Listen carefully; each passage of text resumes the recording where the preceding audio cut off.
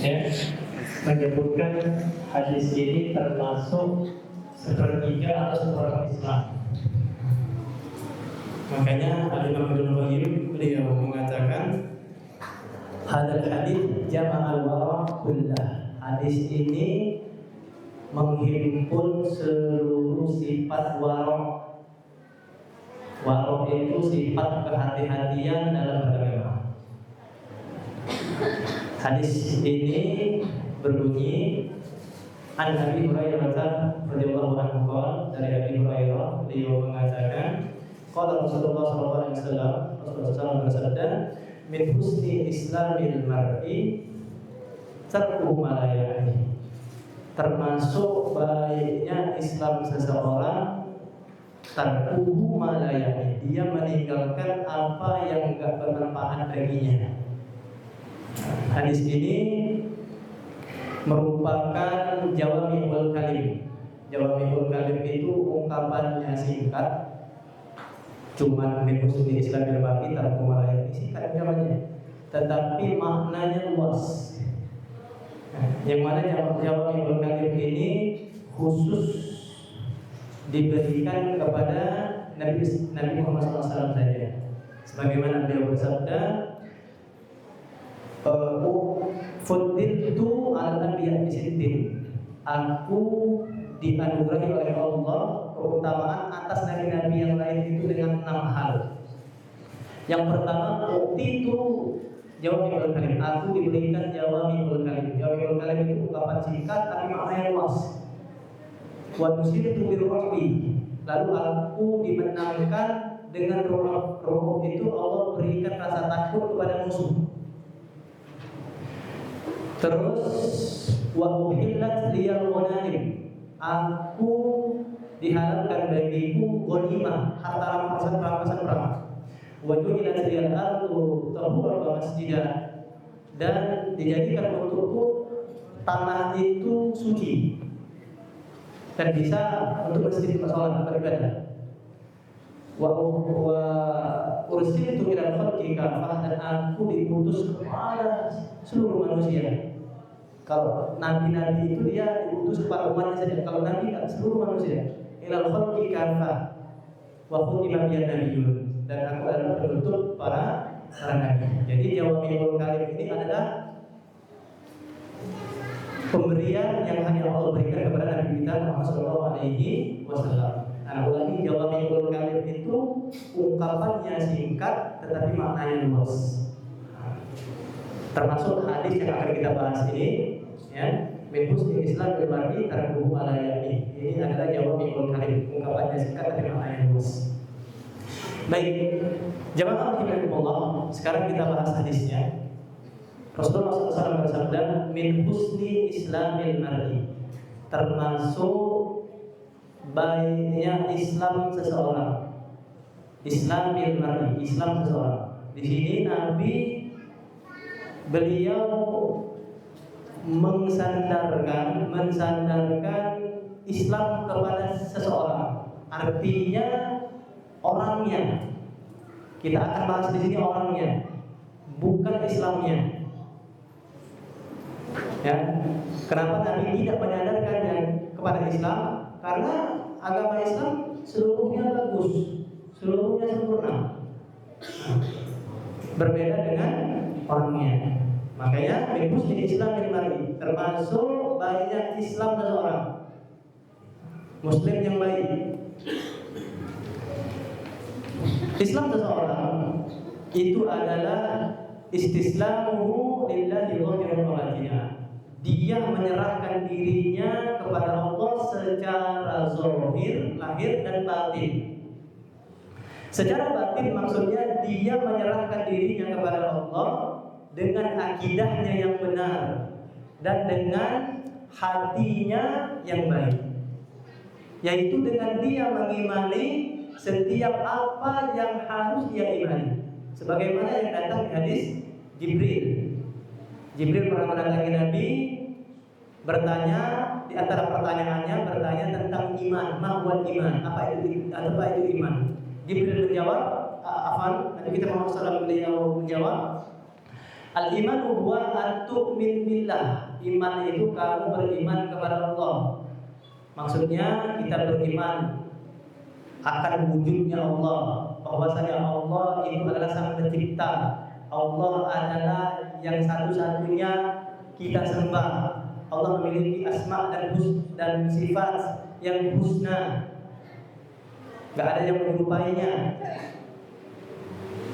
Dan wa antu'min billah wa malaikati. Kamu beriman juga kepada malaikat-malaikatnya. Bahwasanya kita harus yakin di antara makhluk Allah ada yang namanya malaikat, yang Allah bebani mereka dengan tugas-tugas tertentu. Wa kutubi, dan kitab-kitab. Kita beriman kepada kitab-kitab. Ya, ada Al-Quran, Zabur, Taurat, Injil, ada suhuf Musa, ada suhuf Ibrahim. Wa rusuli, beriman kepada rasul-rasulnya. Diawali dengan Nabi Nuh sampai terakhir Nabi Muhammad SAW. Wabil yaumil akhir, beriman kepada hari akhir. Yang kelima, hari akhir itu hari kiamat. Kenapa dinamakan hari kiamat? Karena nggak ada hari setelahnya. Jadi marhalah kita ini, jemaah, itu ada 4. Yang pertama, pada saat kita berada di kandungan, itu marhalah yang pertama. Marhalah itu jenjang yang pertama saat kita berada di kandungan. Yang kedua, jenjang saat kita di dunia.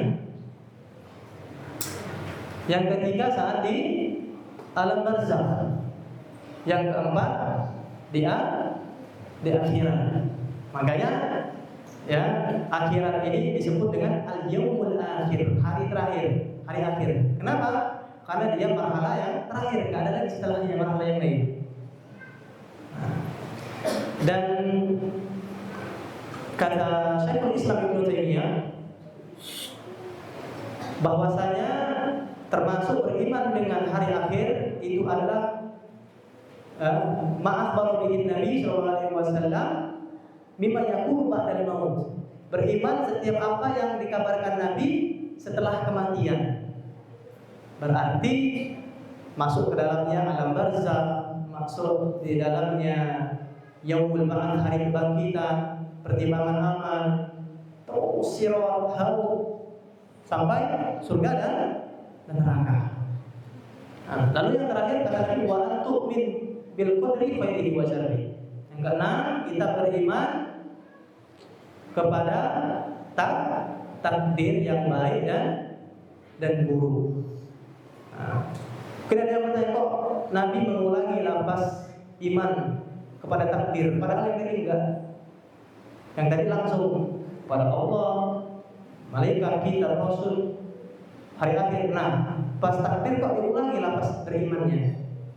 Nah, para ulama berbeda pendapat. Ada yang mengatakan itu hanya sebagai atof saja, penyebutan untuk yang setelahnya saja.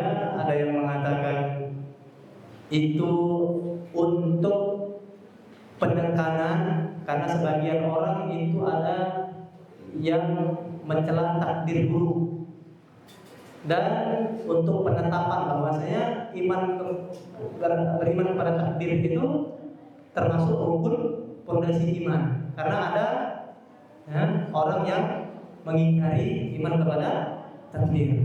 Jadi ini Islam secara batin. Secara apa? Secara batin. Adapun Islam secara zahir, secara lahir, ialah seseorang menyerahkan dirinya kepada Allah dengan amalannya, baik itu perkataan dengan lisan ataupun perbuatan dengan anggota badan, seperti sholat, apalagi puasa, sedekah, dan amalan-amalan lainnya. Dan jemaah rahimakumullah, ketahuilah manusia ini sebagaimana mereka berbeda-beda dalam bentuk dan rupanya. Ada yang tinggi, ada yang pendek, ada yang gendut, ada yang kurus, ada yang putih, ada yang hitam. Ya. Manusia juga, seorang muslim juga berbeda dalam keislaman mereka. Sebagaimana Allah Subhanahu wa taala berfirman, la yastawi minkum man anfaq min qablil fathi wa qatal. Enggak sama di antara kalian, enggak sama antara kalian orang yang berinfak dan berperang di jalan Allah min qablil fathi, sebelum fathi. Ada yang menafsirkan fathi di sini maksudnya fathu Mekah, pembebasan kota Mekah. Ada yang menafsirkan itu adalah sulhul Hudaybiyah. Di antaranya Syekh Shalih Fauzan, hafizahullah. Syekh Shalih Fauzan, beliau condong kepada pendapat bahwasanya fathu di sini adalah fathu sulhul Hudaybiyah. Apa itu sulhul Hudaybiyah? Perjanjian Hudaybiyah. Tatkala Nabi Muhammad SAW beserta para sahabat di tahun ke-6 Hijriah ingin melakukan umroh, dihalangi, nggak boleh sama orang kafir Mekah. Karena mereka ke tempat namanya Hudaybiyah. Hudaybiyah itu kata Syekh Shalih Fauzan biir, sumur di bawah pohon, letaknya dekat dengan kota Mekah. Di situ para sahabat membaiat Nabi. Baiat itu ikrar janji setia kepada Nabi. Janji setia kepada Nabi. Jadi singkat cerita terjadilah perjanjian Hudaybiyah di sana. Antara kaum muslimin dengan kufar Mekah. Di antara isi perjanjiannya, orang-orang Islam nggak boleh umroh di tahun itu, tapi boleh di tahun selanjutnya. Di antaranya juga kalau ada orang Madinah pergi ke Mekah, itu dia nggak bisa keluar. Tetapi kalau ada orang Mekah ke Madinah, itu bisa kembali.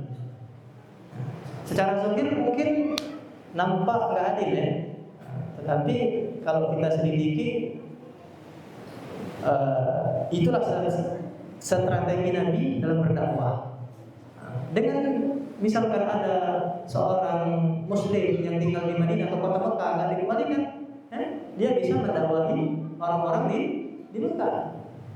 Adapun seperti itu, orang Mekah ke Madinah, nanti dia tahu Islam itu ternyata Islam itu baik, ajarannya indah. Setelahnya balik ke Mekah, dia juga berdakwah. Jadi itu adalah strategi dakwah. Makanya kenapa sulhul Hudaybiyah, perjanjian Hudaybiyah itu dinamakan dengan fath, karena di dalamnya terdapat banyak kebaikan dan kemenangan untuk kaum muslimin. Jadi kata Allah, nggak sama antara orang yang berinfak dan berperang di jalan Allah sebelum fath tadi. Fath tadi apa? Sulhul Hudaybiyah. Dengan orang-orang yang berinfak dan berperang di jalan Allah setelah itu. Ulaika a'dham darajatan minal ladzina anfaqu min ba'du wa qatalu. Mereka orang-orang yang berinfak sebelum sulhul Hudaybiyah dan berperang di jalan Allah sebelum Hudaybiyah, mereka itu pahalanya, derajatnya di sisi Allah itu lebih mulia, lebih tinggi daripada orang-orang yang berinfak dan berperang setelah sulhul Hudaybiyah. Wa kullam wa'adallahu husna, dan bagi keduanya dan setiap keduanya Allah sediakan pahala, walaupun pahalanya tafawut, ada tingkatan. Maksudnya orang-orang yang berperang berinfak sebelum Hudaybiyah itu pahala mereka lebih besar daripada yang berinfak dan berperang di jalan Allah setelah sulhul Hudaybiyah. Jadi Berdasarkan ayat ini bahwasanya memang seorang muslim itu dia ada perbedaannya di dalam keislaman mereka.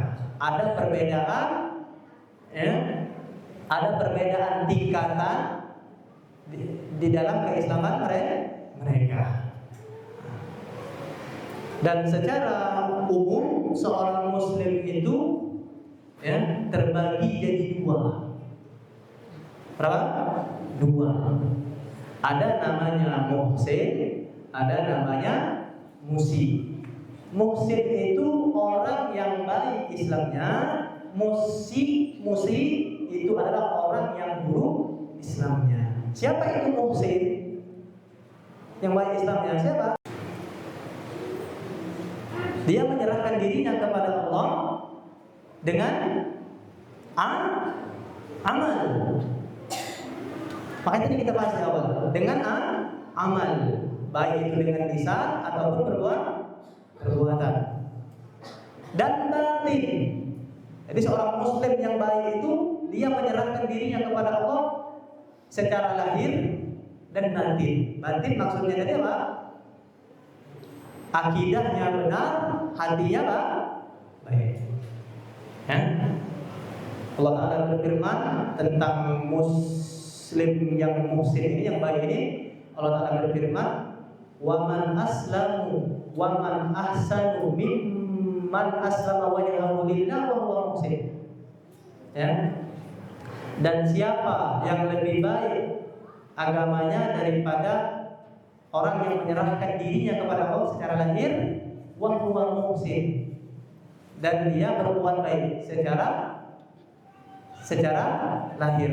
Tadi yang pertama secara batin, yang kedua secara lahir. Lalu juga Nabi kita Muhammad SAW, beliau juga bersabda tentang keutamaan muslim yang baik. Beliau bersabda, "Idza ahsana ahadukum islamah." Jika seseorang di antara kalian memperbaiki keislamannya, fa kullu hasanatin ya'maluha tuktab bi asri amsalha ila sab'ati dhifin. Maka setiap kebaikan yang dia lakukan, ya, itu ditulis dilipat gandakan 10 sampai 700 kali lipat. Wa kullu sayyi'atin ya'maluha tuktab bimithliha hatta yaqullah. Adapun kalau dia melakukan keburukan, satu keburukan, maka akan ditulis semisalnya, satu juga. Berbeda kalau dia melakukan kebaikan akan dilipat gandakan 10 sampai 700 kali lipat. Tapi kalau dia melakukan keburukan hanya satu saja.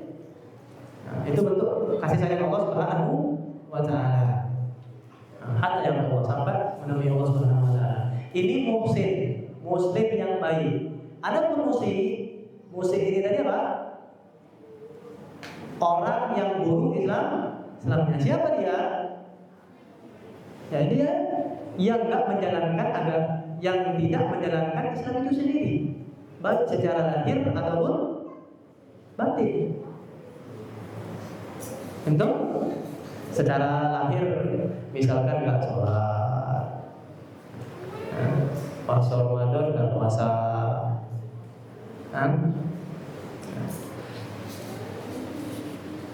nggak berbakti sama orang tua, secara lahir.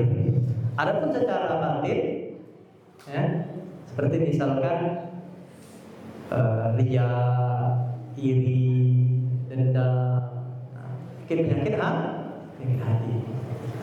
Jadi muslim yang buruk itu adalah dia yang tidak menjalankan Islam itu sendiri, baik secara lahir ataupun batin. Nah,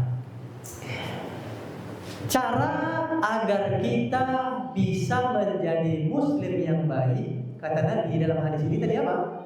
Tarkuhu ma la ya'ni.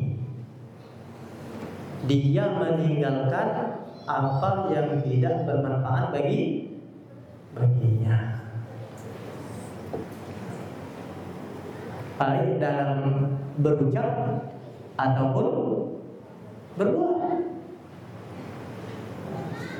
Hadis ini ya dikuatkan oleh firman Allah Subhanahu wa taala di dalam surat Al-Mu'minun. Allah Taala berfirman, "Qad aflahal mu'minun," telah beruntung orang-orang mukmin.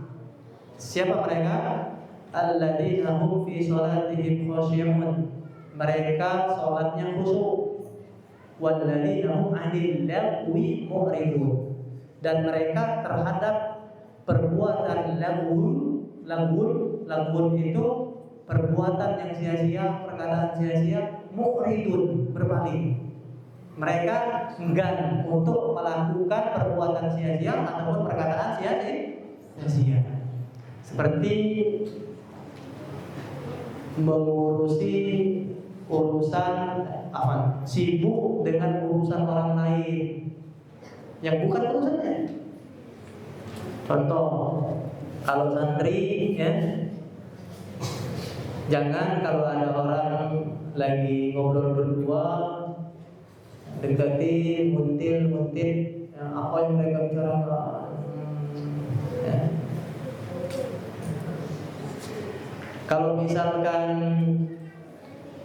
orang nikah, jangan ditanya berapa maharnya, kenapa milih akhwan itu atau kenapa milih ikhwan itu, kenapa acara walimahnya sederhana. Jangan ditanya. Kenapa? Karena nggak bermanfaat, nggak ada kebaikan di sana. Tarku malaya nih, meninggalkan apa yang tidak bermanfaat. Kalau ada orang meninggal,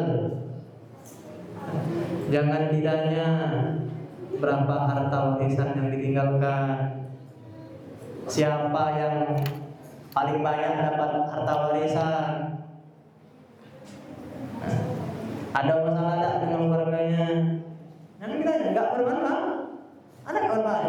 Ada. Ya. Kalau orang petani misalnya, jangan ditanya berapa biaya nanam ini, ya, berapa modalnya, berapa untungnya, ya, kenapa untungnya dikit. Ini privasi orang, ya, nggak bermanfaat bagi kita, nggak ada kebaikan di sana. Ya kecuali kalau misalkan kita ingin beli kebun dia misalkan, itu beda lagi. Jadi hal-hal yang seperti ini harus usaha kita tinggalkan. Kenapa? Karena nggak ada manfaatnya, nggak ada kebaikan di sana. Tarkuhu mana? Yakni meninggalkan apa yang tidak bermanfaat. Harusnya kalau ada orang menikah, kita katakan kepadanya, apa yang bisa saya bantu? Bermanfaat itu? Bermanfaat.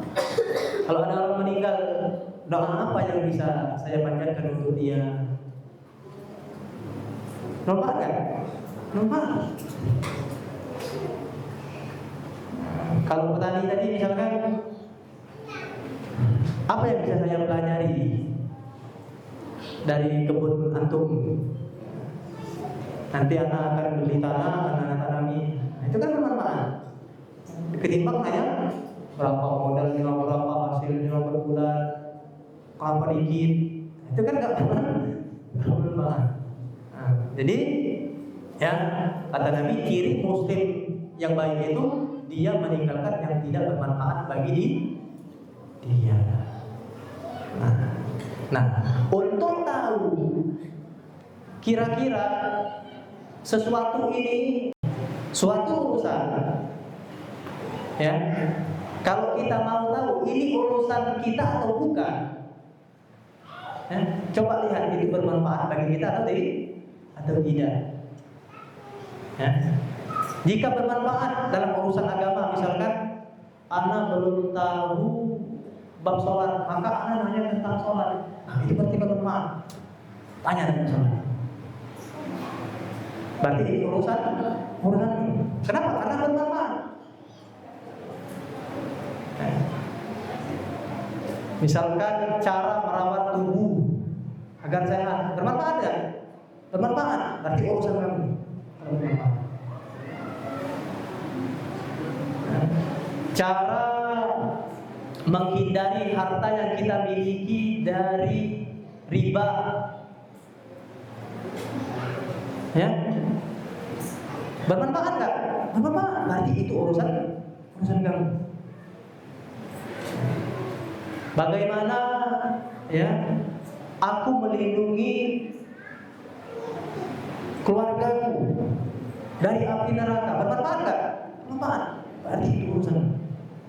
Jadi kalau kita mau tahu urusan ini urusan kita atau bukan, lihat bermanfaat nggak itu untuk kamu. Nah, dan standarisasi atau ukuran ini bermanfaat atau enggak, sehingga kalau bermanfaat menjadi urusanmu, itu adalah syariat, bukan hawa nafsu.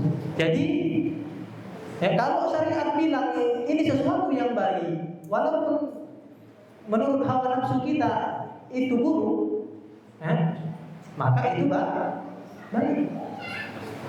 Dan sebaliknya, kalau menurut syariat sesuatu ini buruk, walaupun menurut hawa nafsu kita itu baik, itu tetap buruk. Jadi anak ulangi, kalau kita ingin tahu ini urusan kita atau bukan, lihat itu bermanfaat atau enggak. Dan standar ini bermanfaat atau enggak, itu adalah syariat. Berarti memang benar, ya, perlu kita ini untuk terus belajar. Karena standarisasinya tadi adalah syariat.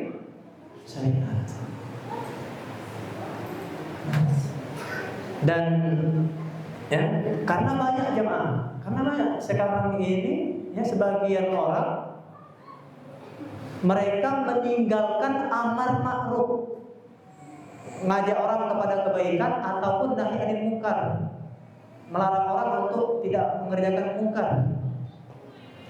Alasannya ini urusan orang, urusanku. Ada nggak orang seperti itu? Ada. Ini keliru. Ya, karena Nabi kita Muhammad SAW beliau bersabda, "Ma min qaumin ya'mal fihim bil ma'asi, summa yaqdirun ala an yughayyiru wa la yughayyirun illa yushiku an ya'ummahumullah bi'iqam." Itu kata Nabi. Tidaklah suatu kaum, ya, ketika nampak ada orang yang melakukan maksiat lalu dia tidak menegurnya, ya, menghalanginya dari bekerja maksiat itu, ya, tentunya kalau kita bahas hadis yang lain itu ada caranya, ya. Kecuali Allah Subhanahu wa taala, ya, hampir-hampir saja menurunkan azab kepada mereka semuanya. Artinya, ya, kalau ada orang mengerjakan maksiat, kita enggak menghalangi dia, ya, menegur dia, ya, khawatirnya Allah Subhanahu wa taala akan mengirimkan azab kepada keduanya. Maka keliru kalau ada orang yang meninggalkan amar ma'ruf nahi munkar dengan alasan itu urusan orang lain, bukan urusan. Paham? Dan jemaah rahimakumullah, meninggalkan apa yang tidak bermanfaat ini sangat banyak faedahnya. Pertama, ketika orang itu meninggalkan sesuatu yang tidak bermanfaat, ya, hatinya akan tenang, ya, pikirannya lebih ringan, hatinya lebih tenang. Kenapa? Karena banyak urusan itu banyak pikiran.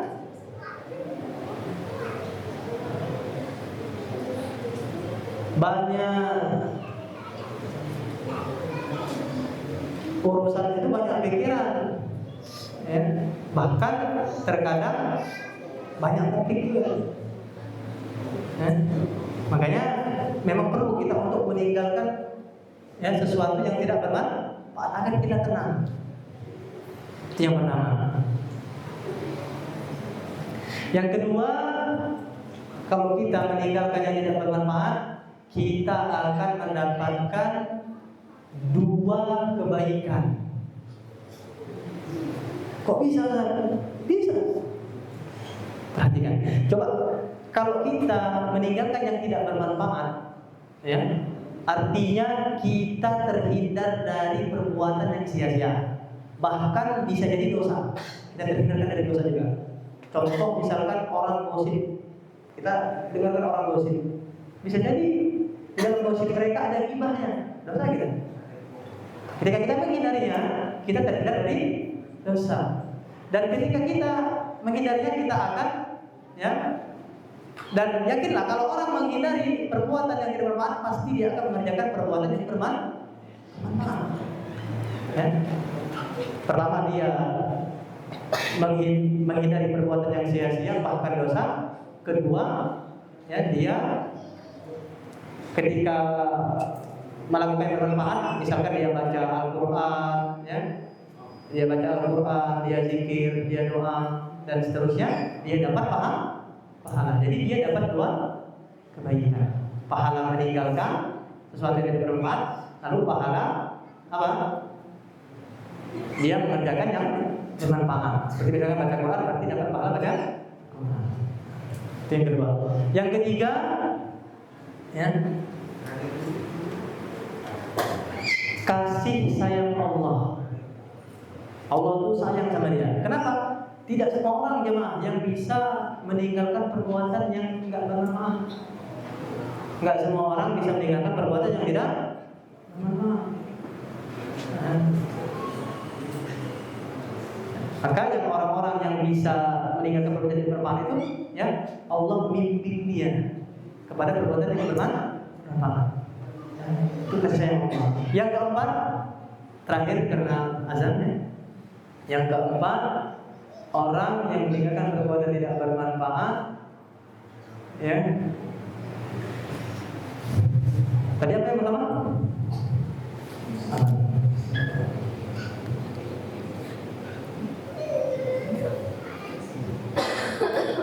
Yang keempat, ya, tidak buang-buang waktu.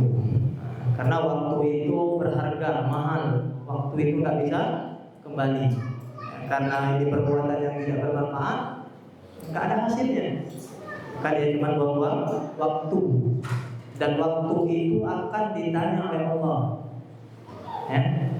Nabi kita Muhammad SAW bersabda, la yazul qadama 'abdin yaumil qiyamah hatta yus'al an arba'. Enggak akan bergeser kaki seorang hamba di kiamat nanti sampai dia ditanya dengan empat hal.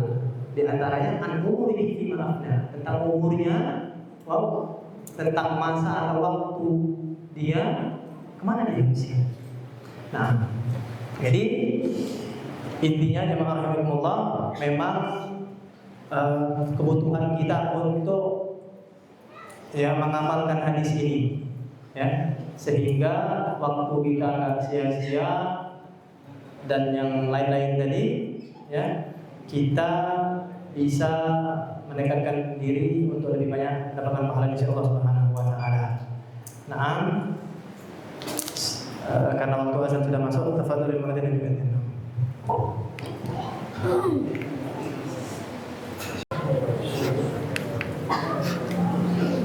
Yaitu termasuk baiknya Islam, ya, keislaman kita meninggalkan sesuatu yang tidak bermanfaat. Terlebih di zaman kita sekarang, ya, Ma. Masya Allah, kalau kita yang anak paparkan tadi sebelum azan itu berkaitan dengan dunia nyata, ya. Kalau di dunia maya, di HP ini lebih banyak lagi hal-hal yang tidak bermanfaat. Politiknya, ya, selebritisnya, ya, kartunnya, kalau santri, ya,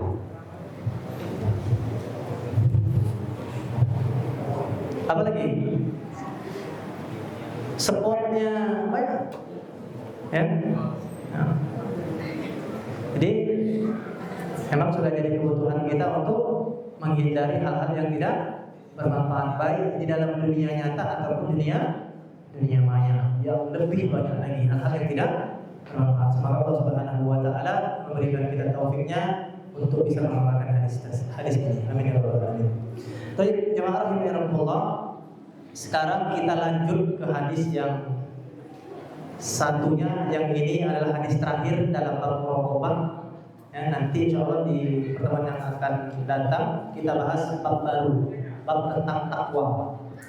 Nah, hadis yang terakhir ini ya berbunyi an Umar, dari Umar, Nabi sallallahu alaihi wasallam qala, Nabi Muhammad bersabda, la yus'al ar-rajul fi ma daraba imra'atah. Enggak ditanya laki-laki yang memukul istrinya. Enggak ditanya seorang laki-laki yang memukul istrinya. Baik. Hadis ini diriwayatkan oleh Abu Dawud wa ghairuhu. Al-Imam Abu Dawud wa ghairuhu dan lainnya. Di sini muallif, ya. Siapa muallif? Al-Imam An-Nawawi, ya. Beliau agak longgar di sini, ya, menyebutkan wa ghairuhu dan selainnya, selain Abu Dawud, ya. Kata Syekh Shalih Fauzan, beliau agak longgar di sini ketika menyebutkan perawi hadisnya, karena ya al-ghair yang lain di sini itu mencakup semua orang yang meriwayatkan hadis, padahal tidak demikian. Ya. Jadi kalau ada hadis wa ghairu, ya, kata Syekh Shalih Fauzan, yang dimaksudkan ghairu di sini, yang lain di sini adalah orang yang tingkatan perawinya di bawah Abu Dawud. Nah, jadi ya ada namanya di dalam hadis itu, ilmu hadis itu al-kutubus sittah, kitab 6, Al-Bukhari, Muslim, terus Abu Dawud, Tirmidzi, Nasa'i, Ibnu. Nah, berarti wa ghairu di sini enggak termasuk di dalamnya Bukhari dan Muslim. Mafhum? Nah, baik. Nabi di sini bersabda, la yus'al ar-rajul fi ma daraba imra'atah. Enggak ditanya laki-laki yang mukul istrinya. Laki-laki yang kayak mana? Al-muttaqi. Laki-laki yang bertakwa. Jadi laki-laki yang bertakwa itu enggak ditanya ketika dia mukul istrinya.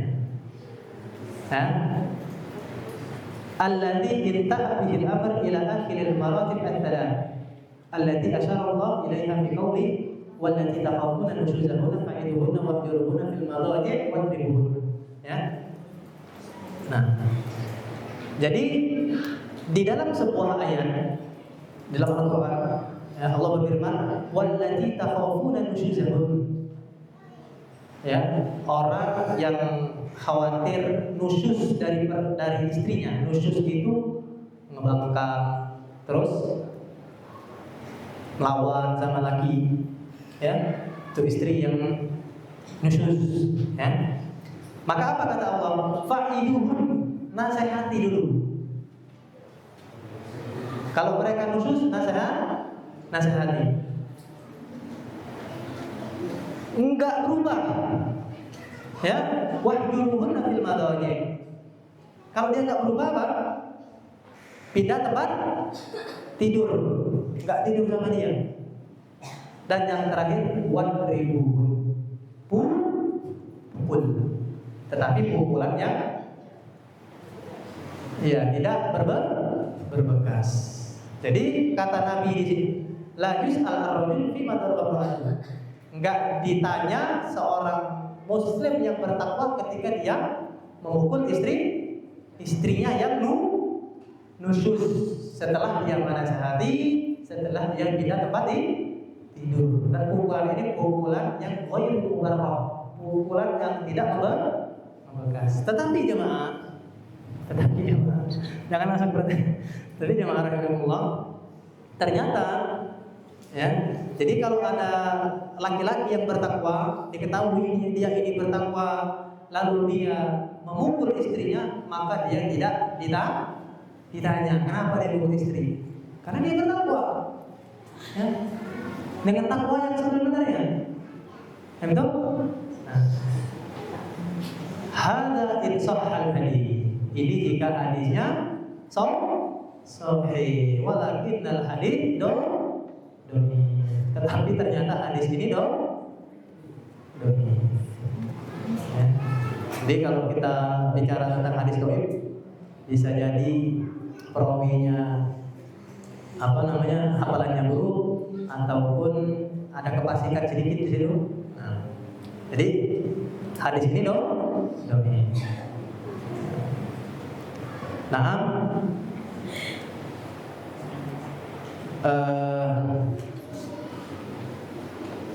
karena waktu Isya sudah datang, ya, kita cukupkan sampai di sini. Jadi hadis yang pertama, tinggalkan yang tidak bermanfaat bagi dia. Yang kedua, laki-laki bertakwa itu enggak ditanya ketika dia memukul istrinya. Nah, tapi hadis ini dong. Baik.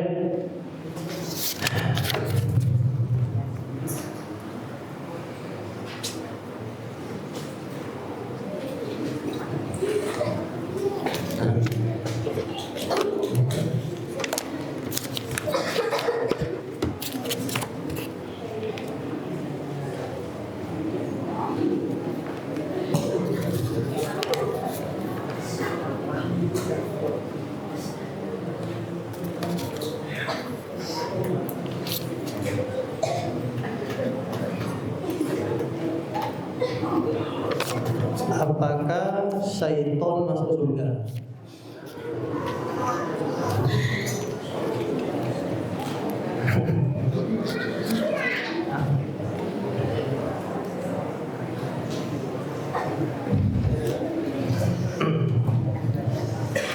Apakah syaitan masuk surga?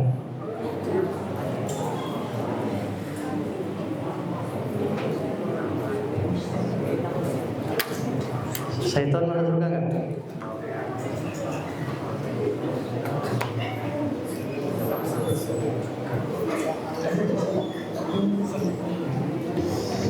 Syaitan masuk neraka. Makanya yang dia di dalam Al-Quran walaupun biyannahum ajma'in, dia berjanji sama Allah, dia akan menyesatkan manusia agar juga masuk. Syukran. Lebih dan kurangnya anda maaf. Allah Subhanahu wa taala pun subhanallahi wa bihamdihi asyhadu an la ilaha illa anta astaghfiruka wa atubu ilaik. Wassalamualaikum warahmatullahi wabarakatuh.